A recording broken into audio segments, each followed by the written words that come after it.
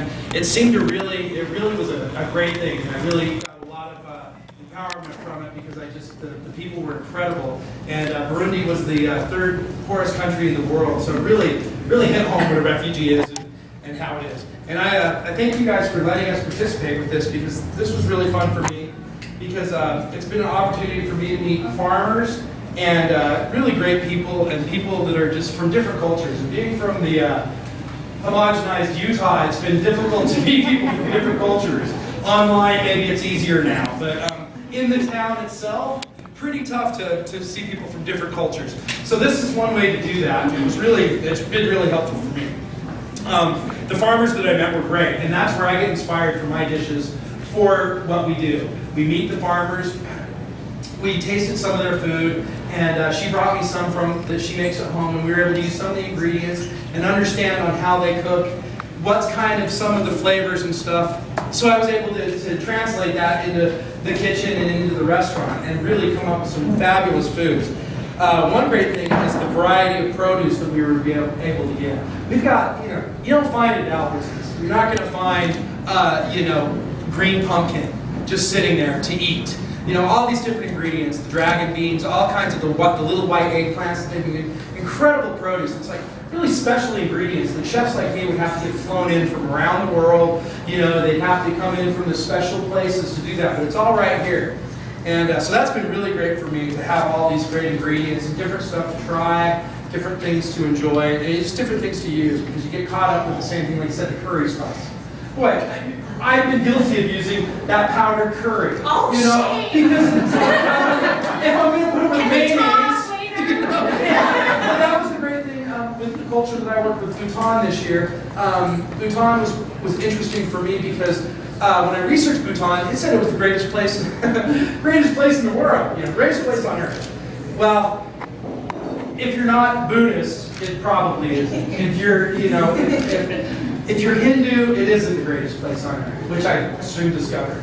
And so the recipes that I was researching also, they would reflect Bhutan, the greatest place on earth. And I was like, what about this? And they're like, that's not our culture. Our culture, realized they're the refugee culture. They're not the culture that's celebrated. They're not the 1%. They're not the they're not the 99%. They're not the best. That's in the country that they're the refugees. And that was funny. That was interesting to me because the curries that came out of them were more Indian influenced, which gave me a whole different background to work with than what I was researching in the beginning.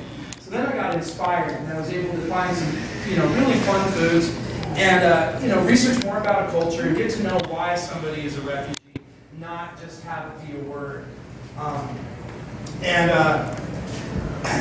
The thing that I love the best about the farm that I said last year and I said something about this last year, was that this isn't a charity. That was the neatest thing for me, is this is hardworking professionals in their field, doing what they do best, growing this incredible stuff. And what you said about the family and comfort, this food is comfort food.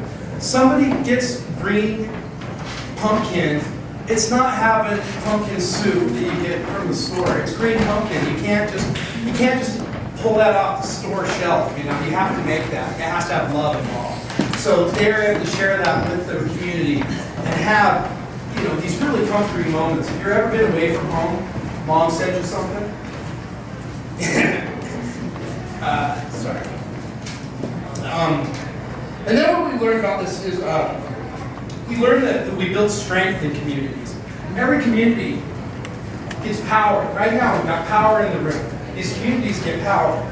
And so that's what's great, is we're building this great power structure right now, which gives everybody like a little bit of hope and strength to make all this happen.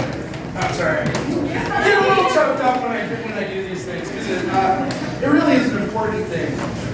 And the goal of all of us, I think, is to have a more friendly and more accepting world. And I think that when you have communities like this, people trying so hard, and again, the diversity.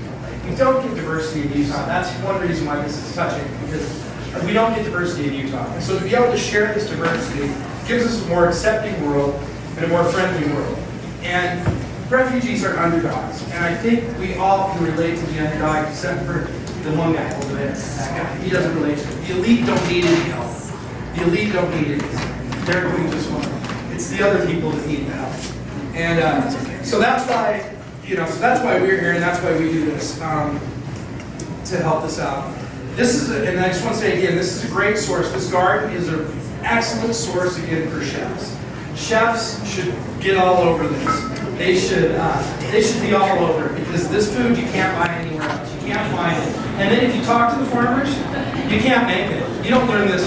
I didn't learn making the, I've got a squash. They use the squash stems. And I don't learn that. You learn that from your grandma. You don't learn that from a cookbook or from Alton Brown or something. You learn that from your grandma. And so that was what was really great, is these fun and exciting ideas. So I think all the chefs should be able to use this resource for the best that they can. And the greatest thing about this event right here is this is for the public. This is the great excuse for all of the public to get out there, everybody to get out there, and you get to take a big vacation. You get to go to Sudan. You get to go to Bhutan. You get to do all that without ever leaving Salt Lake, without ever getting out of your comfort zone. You can walk in and you can taste those culture differences. You can taste all that, all that passion behind all that food and all that different kind of stuff without even without even doing anything. So it's about the easiest thing for the public to do is go to this restaurant and eat this food right now and support these guys. So thank you all. I want you guys all to enjoy the meals today. And again, thank you for having the opportunity.